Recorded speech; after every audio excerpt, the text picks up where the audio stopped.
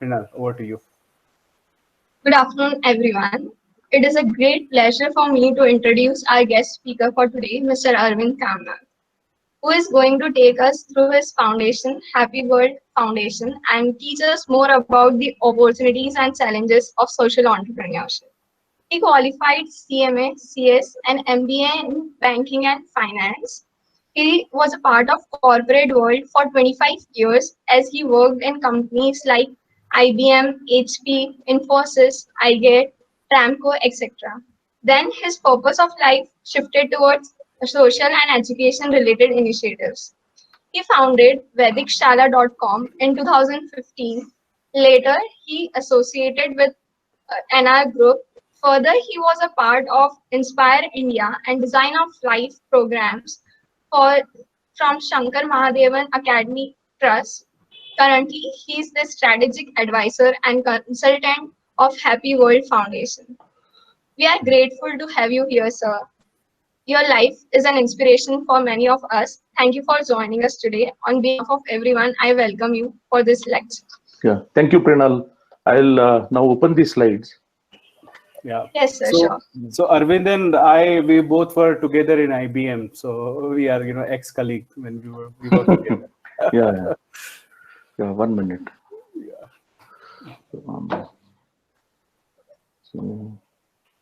So we have right now 27 students who are participating in this conference.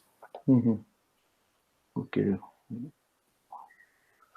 Why am I not getting that? 1 minute. You're able to see now the screen? No.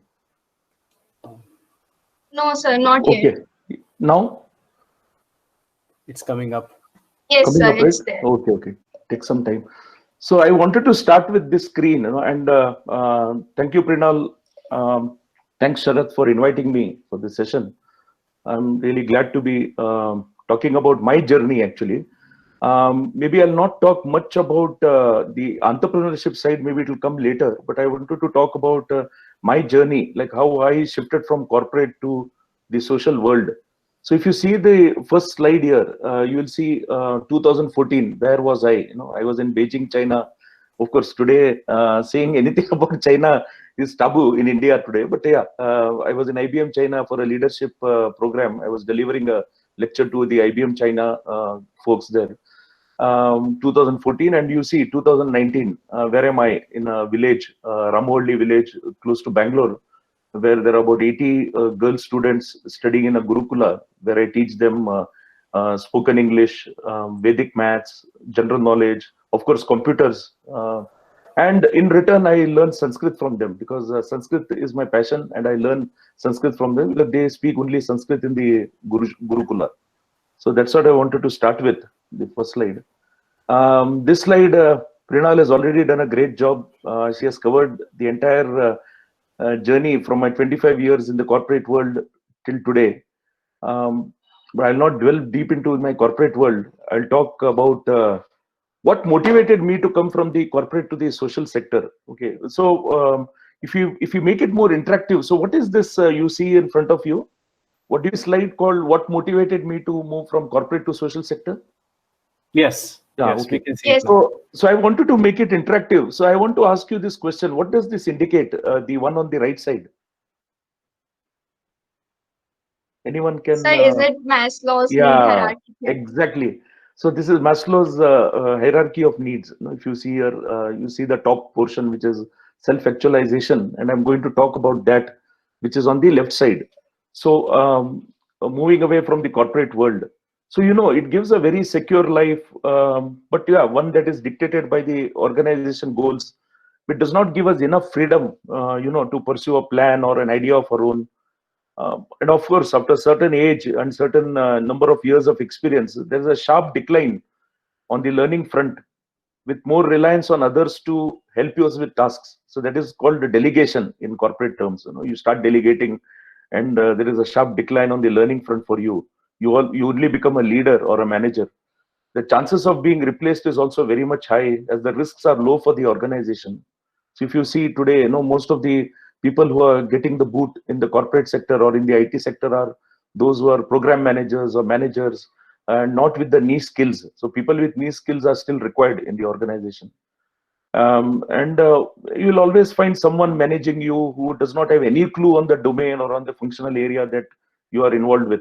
And of course, there is very intense rat race in the corporate world, about promotions, about increments, about so many things. Oh, he has gone abroad for a conference, I have not gone. So this kind of rat race, these things keep happening in the corporate world.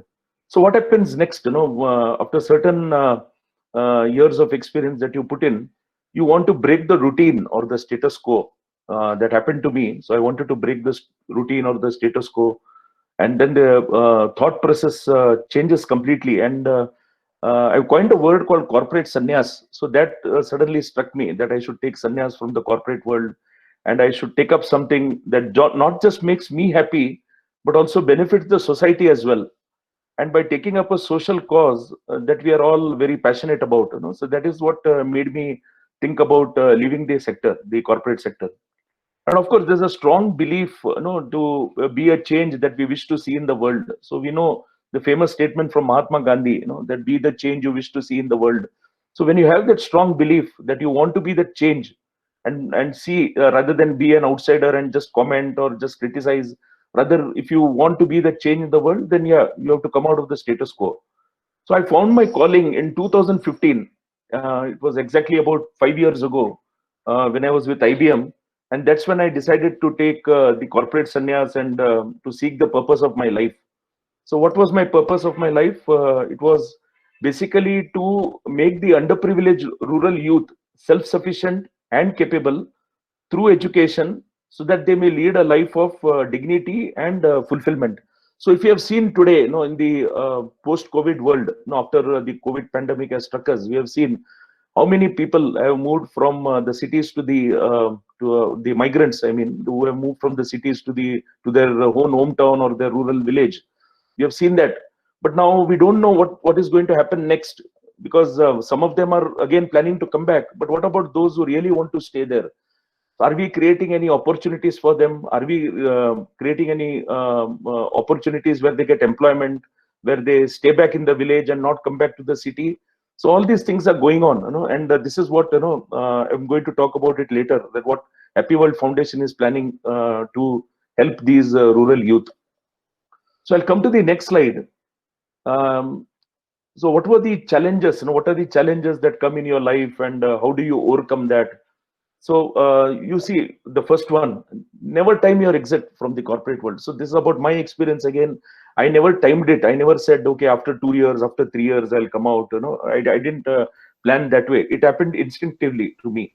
And all of a sudden, backed by some trigger or some, in Hindi we say kida. I'm sorry, I'm using that word, but there is something that makes you do something different, want to be the change.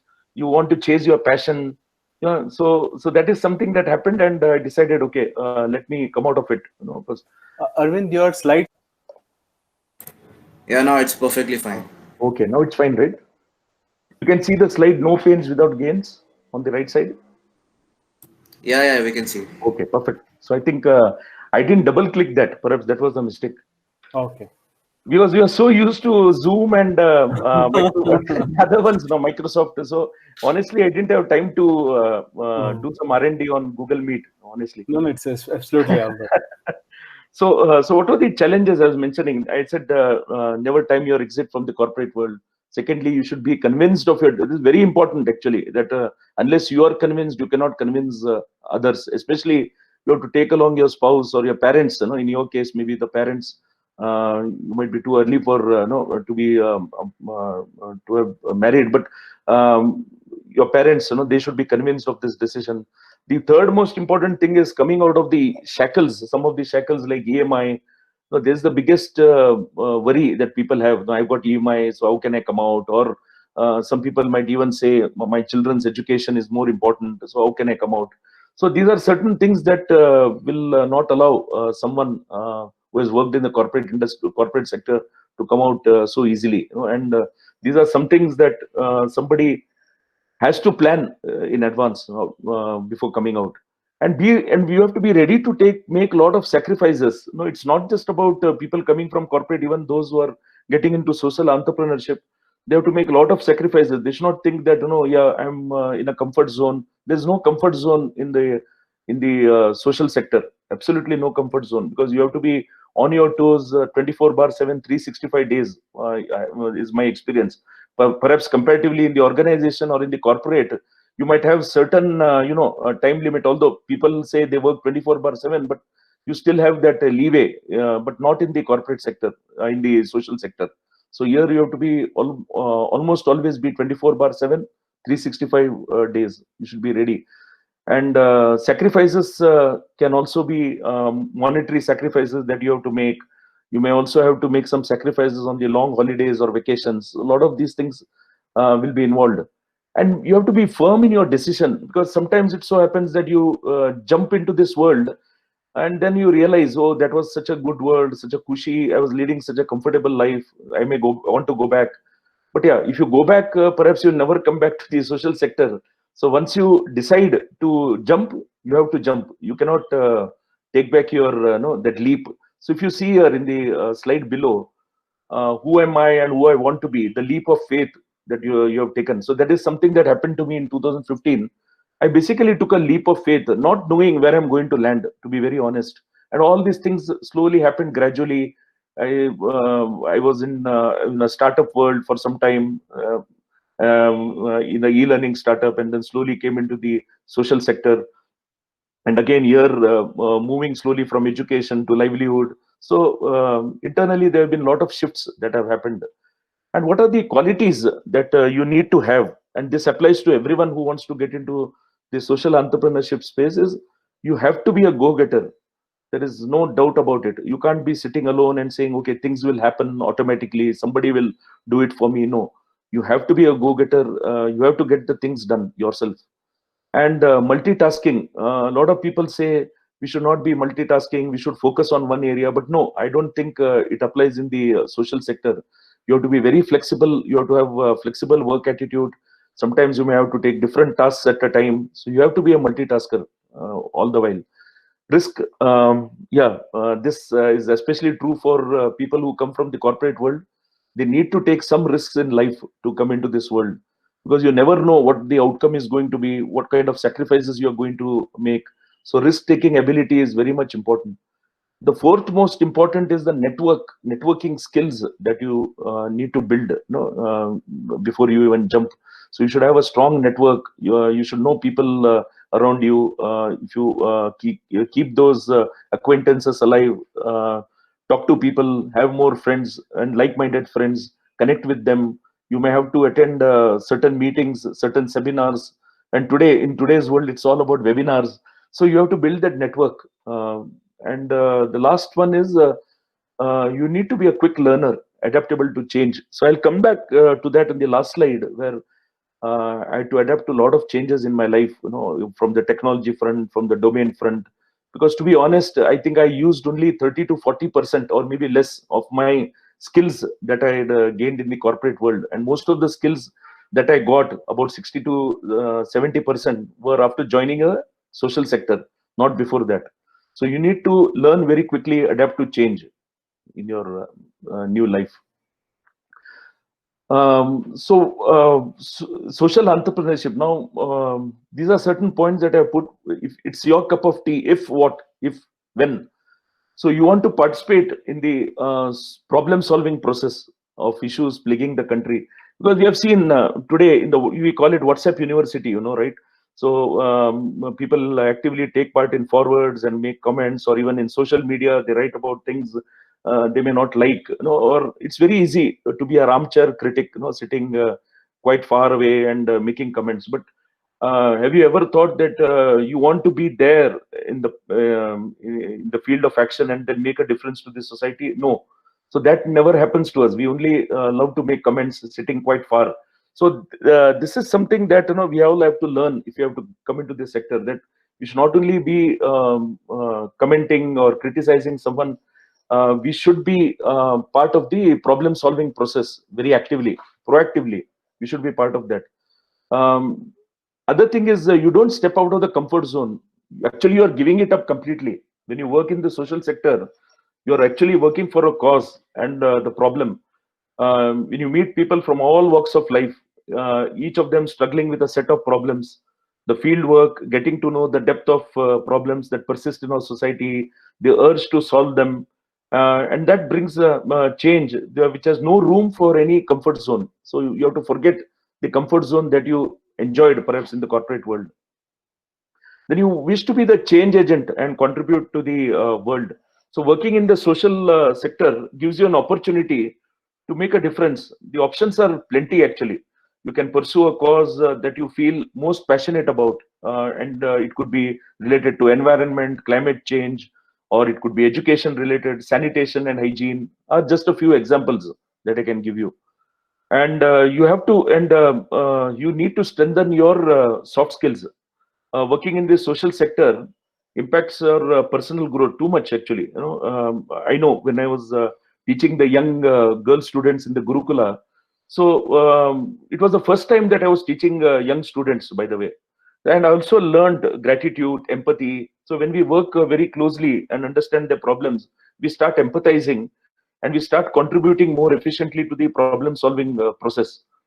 And the last point is about you love to collaborate with several stakeholders. You certainly need to interact with many more people in the social sector, right from, say, donors, it could be corporates, or it could be high net worth individuals, or it could even be government, academicians, like minded NGOs, because you can't do most of the things all alone by yourself. You may have to tie up with few NGOs, partner NGOs, like-minded NGOs. So that kind of partnership is required. And of course, the field level staff who are on the ground, because you can't be on the ground all the time. So you need to constantly collaborate with the people on the ground. On the right side, I was mentioning earlier, be the change you wish to see in the world. So this is something that all of us should have that particular phrase as our slogan in our day-to-day life. Now, few myths about social entrepreneurship. A lot of people they think, okay, social entrepreneurship, time pass, we just have to go and volunteer, donate some blood, give some old clothes, feed someone, feed the poor on the road. So that's what most of the people they feel. But not all social sector opportunities are voluntary, and not all pay you peanuts. Okay, because today the world is changing. You have a lot of NGOs, especially international NGOs, reputed NGOs, who pay a good pay packet, but you cannot compare that with the corporate world. Of course, I can't say that I shifted from, say, the corporate world from IBM and I came here and enjoying the same pay packet. No, certainly the lot of sacrifices that I've done in terms of the pay packet, but most of the people, they assume that no, going and joining an NGO is like doing voluntary work and not getting paid. So that is a myth that we need to bust. And second point is, you don't need a degree in social work. Like I just heard before this talk about a lot of work being done by you guys. You don't have a degree in social work, right? You are not MSWs, you're not from TISS, etc. But then you certainly got involved in a lot of NGO related activities, especially social entrepreneurship. I was hearing about it. So you don't need a degree in social work to do that. So that's another myth that we need to bust. And social impact organizations or social sector gives you diverse range of roles. You if you say you love finance or accounting, yeah, you can still be in an NGO and do that. You can work in analytics, you can do finance and accounting. If you're in HR, you can also be part of an NGO. But importantly, somebody who has got good donor management skills, who can raise funds, those skills are more valued in an NGO, because unless you get the funds or the money, you may not be able to do a lot of things for the NGO. A lot of activities may get stalled because of funding. So that certainly is an important role. Then you have content management, and then you have marketing and communication. So these are all even research. So these are the areas that one can look forward to in a social sector. So not just simple pure volunteering that you will be involved. The next slide, it's again the same thing that I wanted to emphasize. It's not just about volunteering. So most of us we think that social sector is about blood donation camp, feeding the underserved, scholarships, raising scholarships for the poor, donating clothes. But that's not all. That's just, I would say, a tip of the iceberg. So there are a lot of things that we can do as part of the social sector. importantly, strengthening government infrastructure. So at this point of time, I think, now the post-COVID world, how important it is. Education, health, essential services, all are so important. I'll just give out some statistics. I'm sure you might have read in some of the reports. 48% of our fifth grade students, especially in rural areas or even in urban, they can't even read the second grade test. So there is second grade text. I mean, the textbooks of second grade, even a fifth grade student cannot read, and that forms 48% of such students. So this is really alarming. That is something lacking in the education space, in the education world. So something that NGOs can chip in. Improving the basic health indicators. 50% of women in India, they suffer from anemia. That is, they have very low blood, what you call the count, RCB count. So, and we are 114 out of 132 countries on stunting, that is stunted growth among children. And our infant mortality rate is 32 per 1,000 birth, and the global average is 12 per 1,000 birth. So we are quite low on this index overall in the world. So strengthening government infrastructure. The next is human rights. Child labor, for example, you have heard about Kalyan Satyarthi, right? You have heard about him. What kind of work he's doing? He's a Nobel laureate from India, Kailash Satyarthi. So this is the area that he is working for, the child labor. So as per 2011 census, there were 3 crore plus child laborers between the ages of 5 and 18, and in that 1 crore plus were between the ages of 5 and 14. So that's really alarming. So there's a huge number. And again, we rank poorly on that count as well in the world. The child human trafficking that's going on, women trafficking, sexual abuse, saving children from that, women, and conducting campaigns for societal awareness. So this is something on the human rights. On the social change, there are so many things. You must have heard about things like patriarchy, honor killing that's happening, drug addiction, alcoholism, prostitution. Out of 2 to 10 million commercial sex workers, 1 million are underage. That's really alarming. LGBTQ rights, domestic abuse. So these are certain areas where an NGO can contribute in bringing about social change. Economic security, I think this will be a lot important today, especially in the post-COVID world, about providing employability and building entrepreneurship ability among the youth, especially in the rural areas, developing farm or non-farm based livelihood options, increasing the income and reducing the risks related to the volatility of income, and ensuring that they do not migrate to the cities. That is more important now, because we have seen the impact recently when there was a lockdown, especially in a city like Bangalore, where I live. Almost 80% or more of the migrant population went back to their hometowns or their villages. Of course, some of them have started coming back, but then what about those who are there? They need to be certainly given some employment opportunities there, or livelihood opportunity. 22% of India lives below the poverty line. And again, look at the index. 103 out of 100, we are 103 in 119 countries on the global hunger index, which is like having third of malnourished children in the world. Again, alarming statistics for us. Last thing, and actually the last one should be the first, but somehow we ignore, and even I put that last.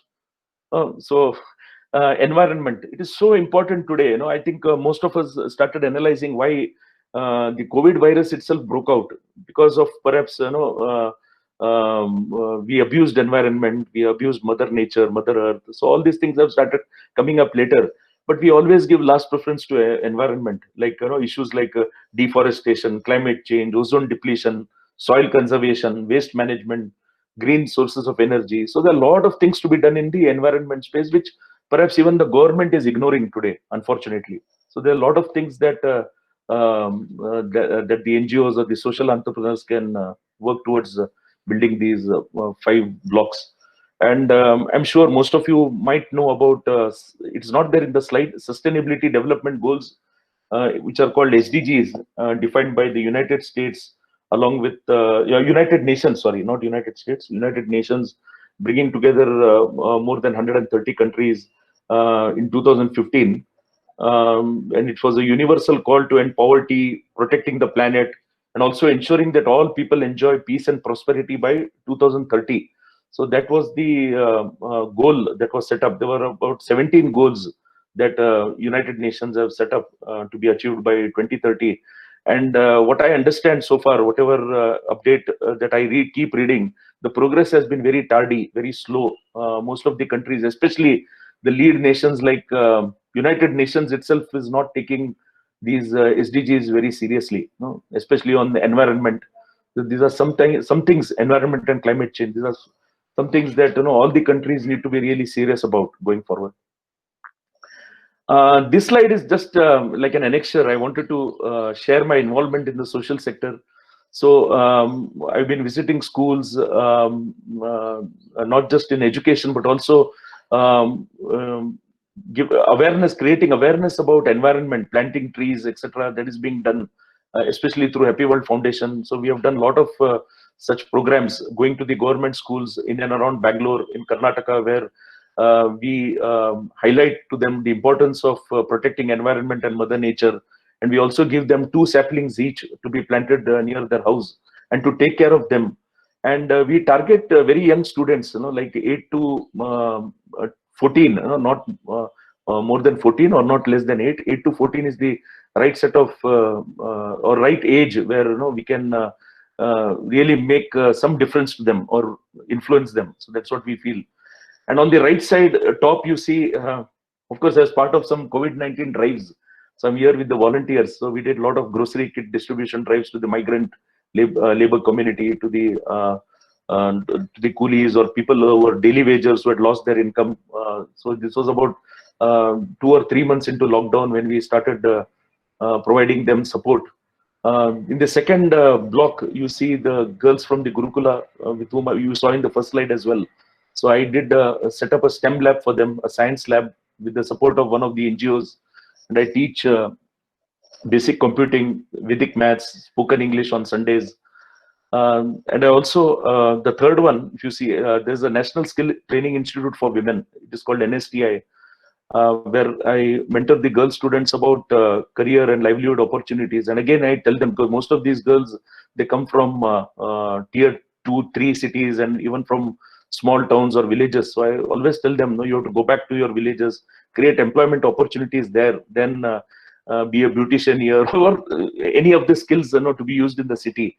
You have to go back to your place of origin, go back to the cities. So these are the things that I keep telling them. And the last one here on the right side, Mentor Together, is a platform where we mentor young college students. They come from very poor background, underprivileged background, who aspire to be entrepreneurs or they look forward to a successful career. So these are the college students, we mentor them. Now, the best way to find yourself is to lose yourself in the service of others. So how rightly said by Mahatma Gandhi. I wanted to end with this quote. And these are just my accomplishments. And yeah, I was talking about the skills. I've put that in the annexure. So look at the slide here on the left and right. So when I was in the corporate world, what skills I had, I brought now. Of course, those are not wasted. I've still brought them to the table and leveraged them here, like leadership, team management, soft skills.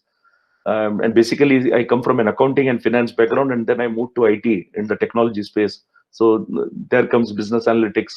Of course, I have to put MS Office. Without that, you can't survive. Project management, very important on the left side. Now, what are the new skills that I acquired? And all these were acquired after I was 47, by the way. So when I left the corporate world, I was 47. E-learning tool. So knowing the e-learning technology, digital marketing, social media marketing, including SEO, etc. Even producing short videos, infographic material, so that you see creatives, etc. So I started even learning that, designing the infographics, designing and developing even website. So even that I have done, which I've never done before, though I was in the technology space, but I've never done designing and developing website using WordPress. I did that. Marketing tools, including CRM, then MailChimp for campaigning, etc. So the other things are like the NGO operations, including volunteering. Of course, this is all new that I had to learn. And even volunteering, I was doing it for the first time after coming into the social sector. So I've not even been involved in basic volunteering before. research and content management, fundraising, donor management, raising funds, a very critical role in an NGO. So that is something that I was involved. And of course, thanks to my network and thanks to the people I know in the industry, it was slightly easy for me in the fundraising aspect. So with this, I think I've come to the end of my presentation, and I'll stop sharing now. And Sharad, I would now love to take some questions from the students. So thank you, sir, for your meaningful and insightful Uh, vision. Anyone would like to rope in some questions or have any Vibhu, queries? Vibhu, would you like to switch on your video if you're Sir, I'm okay? having some bandwidth issue actually. Yeah, no problem. Sure, no problem. Go ahead. I had a question, sir. 1 minute, I'm just trying to see the video. I'm 1 moment. Just give me 1 second. Okay. I can see only my face. Okay. By the way, I also lost my power, so I'm on battery as of now. Okay, no problem. Yeah, okay, you can start, but I'm seeing my face only. I'm not able to see others. Okay. Okay, sir. So my question was that Can you say your name first? Sorry, I didn't get your name. I'm Ruchika Upadhyay. Okay. You spoke to me in the start of the session about an Yeah. Yes. Yeah. So my question was that firstly, sir, it was a wonderful session and very insightful. And many of the Enactus members did join. We all have a query. As in, did you have a revenue model in place for all of your projects, or was it volunteering and non-profit work?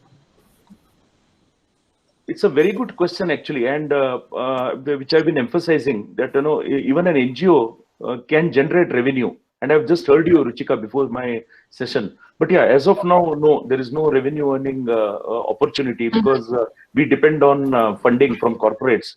The CSR funding, corporate social responsibility funding. We use that to run our programs. But yeah, to answer your question, this is something very critical for NGOs to sustain in the long run. Is that you should always have an arm like that is in the works now. Now again, I think you mentioned that because of COVID, the plans have come to an hold. Same thing happened to us. We had to launch a program in the rural areas where we wanted to. We have already taken land on lease, okay, and we want the rural youth to do organic farming there, or it could be vegetables, it could be fruits, it could be even pulses, grains, grocery items. No, even these could be organic and plastic free, etc. Because we are an environment friendly or environmental conscious NGO, so we wanted most of the products to be plastic free and wanted it to be green, environment friendly products. That we wanted to sell on our own platform through our sister organization. Because as an NGO, we may not want to have our own B2C platform, but we have a sister organization called Happy Gardeners, where we are planning a B2C platform where we'll sell the same products here without having the middleman involved. And it could also be rural handicaps as well, because we are even planning some products using khadi, and even we also talked about sanitary napkins as well, because we are tying up with an organization in Bangalore, in Malleshwaram, who make sanitary napkins out of, not the eco-friendly products actually. I don't have the details, but something like khadi, etc. So we are going to use that as the base material and make the women do that. And also there are a lot of things on khadi that we are planning in the villages, along with the women, provide them finance as well, not just ask them to do, but also provide them finance by tying up with some microfinance industries or even helping them get loans through Mudra. So all these are being planned.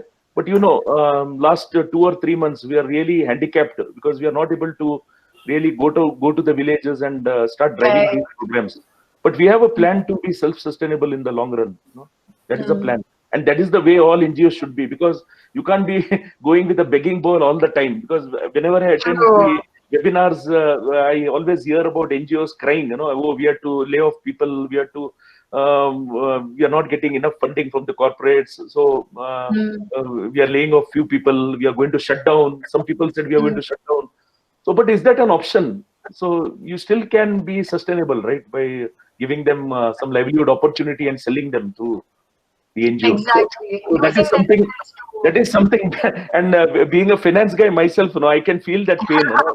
I can feel that pain of all NGOs just going with a begging ball always to the corporates, and corporates today they say because of COVID we can't or we are going to reduce the funding. Our budgets are we don't have a budget. We are given it to PM Cares. So this is the excuse Yes, that we're sir. getting from corporates today.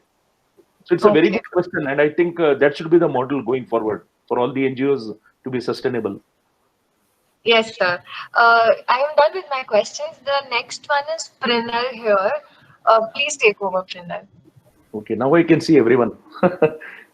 Okay, thank you, Ruchika. Yeah. So my question is, most of your programs are based on rural areas. So how do you encourage people there to join your program? Okay, actually, the program. See, I'll just give a recent example. There is a organization called KSLSA, Karnataka State Legal Services Authority. Okay, and though it is managed by the High Court of Karnataka, what they have is they have got their offices in all the rural areas of India. I'm not just talking about Karnataka, the entire India. So we went to them with a proposal saying that we need your help. So when you have to reach the rural areas, you can't do it alone. Let me tell you that. You can perhaps reach few villages around you, like in Karnataka, few villages, or maybe in Bangalore is closer to even Tamil Nadu. So we can do few there. But yeah, if you have to grow pan-India, you need to have some kind of a tie-up with some government agency like what we did, KSLSA. So they said, let's do 2 villages on a pilot, and 2 villages quite far apart, not closer to each other. And based on the success, we'll take it to the next state and then perhaps pan-India. So that is how we have to grow, using maybe, leveraging some other NGOs or taking support of some other like-minded NGOs. So that's what I mentioned even in my presentation. When you talk about collaboration, it is so important for NGOs when they have to grow. They can't grow alone. Let me state the fact here. You can't grow alone. You have to grow along with other NGOs. Because I'll give you another example where I was talking to an NGO based in Telangana, in Andhra Pradesh and Telangana. They don't have a presence in Karnataka, and we don't have a presence there. So it's all give and take, So your programs will do it here with our volunteers, and our programs you do it there with your set of volunteers, and they like that idea. So this is how the rural programs have to be done. So I don't know if I've answered your question. Is that what you're Yes, thinking? sir. Yeah. Thank you, sir. But yeah, to make that first impression in a rural village, I remember I had gone personally myself to a village close to Bangalore in Tamil Nadu. It was not easy. I remember the panchayat, the man who was running that, or rather the mukhya, the panchayat head. It was so difficult to convince him. You'll bring a lot of negative aspects. No, it will not work. This NGO has come, they have failed. So all kind of negative things you have to hear. But I'll Yes, also sir. tell you there are positive aspects, because there are few people who want the NGOs to come there and support, because they know it's for the good of them, especially women. Okay, I'm happy that a lot of women are there in this group. So I'm always a proponent of women empowerment, because women understand the problems much more than men. So what we did is, we went to the panchayat guy's wife, and we were surprised. She could speak English fluently, and then she told us that, no, I want to do a lot of things for the village, but my husband does not allow me to do. It was a little shocking. Then we said, no, don't worry, you please support us, and we will empower you in whatever we can. But she was saying that openly, that her husband does not support. So this is the challenge that you face in a village.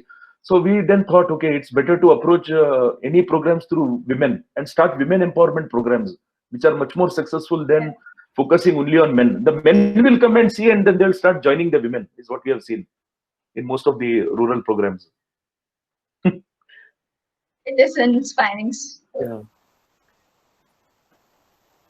Yeah. So over to Nikki. Nikki, go ahead with your question. Okay. I found your presentation very interesting. I just had a question where I noticed that you said that you were hoping that when you educate the girls, that you tell them to go. You were saying that you tell them to go back to their villages or the cities where they're from and look for opportunities there and to spread it there. And I was wondering if you could expand on that. Okay. See, yeah, not all skill. I'm talking about NSTI here, because I think I mentioned about National Skill Training Institute for Women in Bangalore.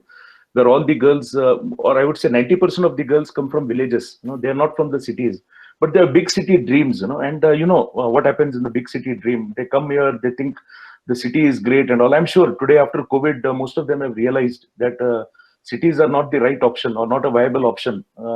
It's better to be in a village. But then again, the problem with us is, our problem with our governance is that we have not created them enough opportunities in the villages. So there's no point saying, you go back to the village. They will ask you, so what will I go and do there? I've learned a beautician course. I can earn much better in Bangalore than say go to my village and find no customers there. So it's really tough to explain some of the skills like that.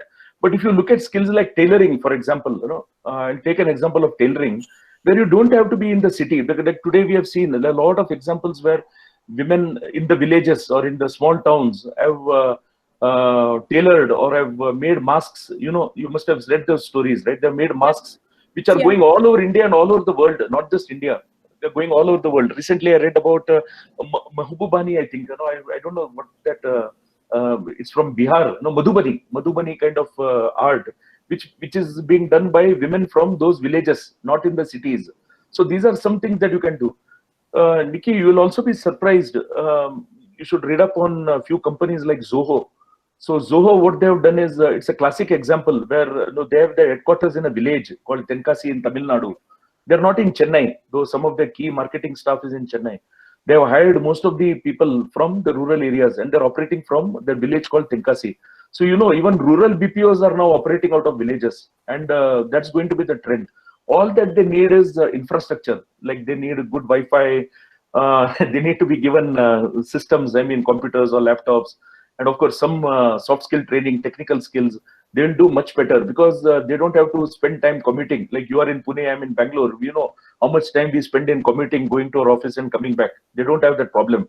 They have the right home, work-life balance, perfect work-life balance there. They can spend enough time.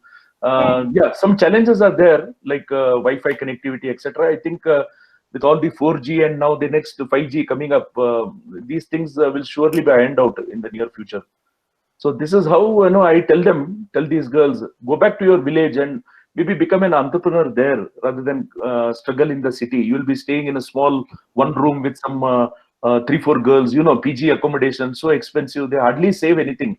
And what will they send back? Rather, go to your village, create an opportunity there, and you become an entrepreneur there rather than seeking employment there. You become an entrepreneur. You'll be successful. So these are some thoughts or some ideas that I give them. But yeah, all of you might be wondering, what am I doing in a city?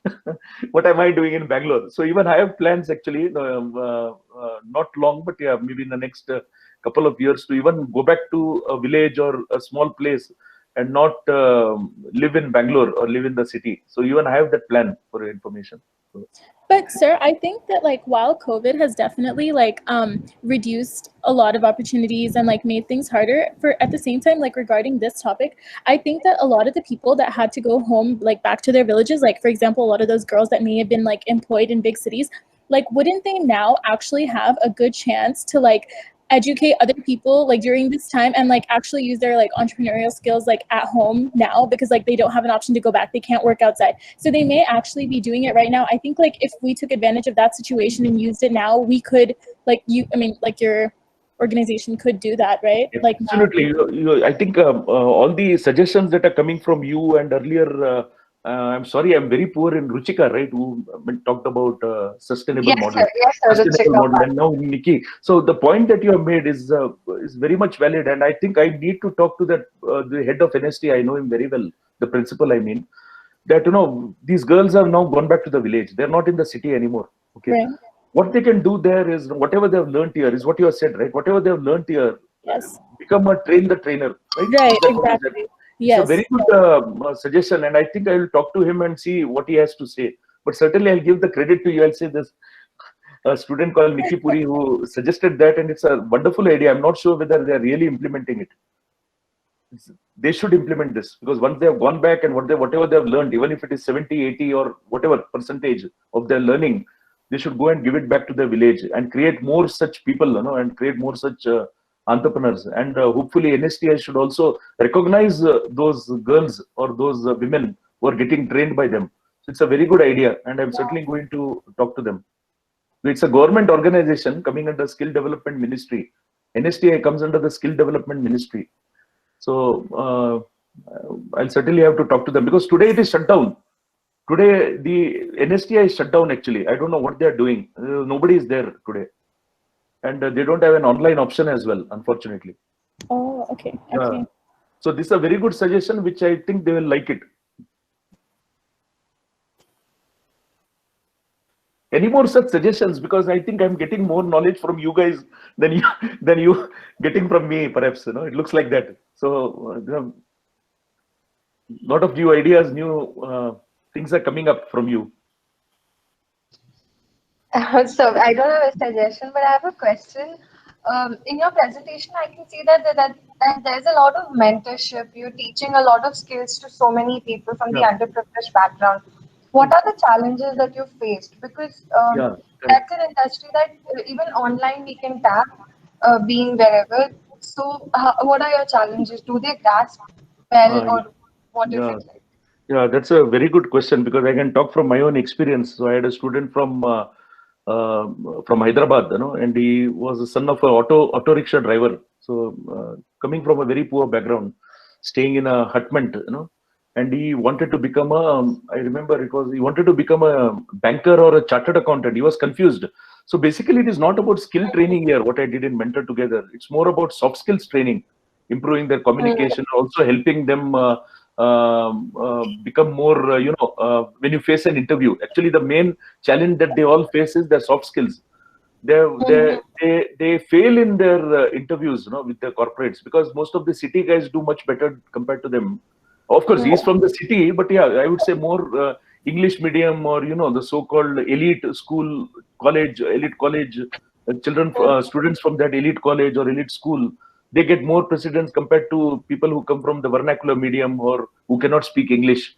So the main challenge here was the communications. How do you improve their?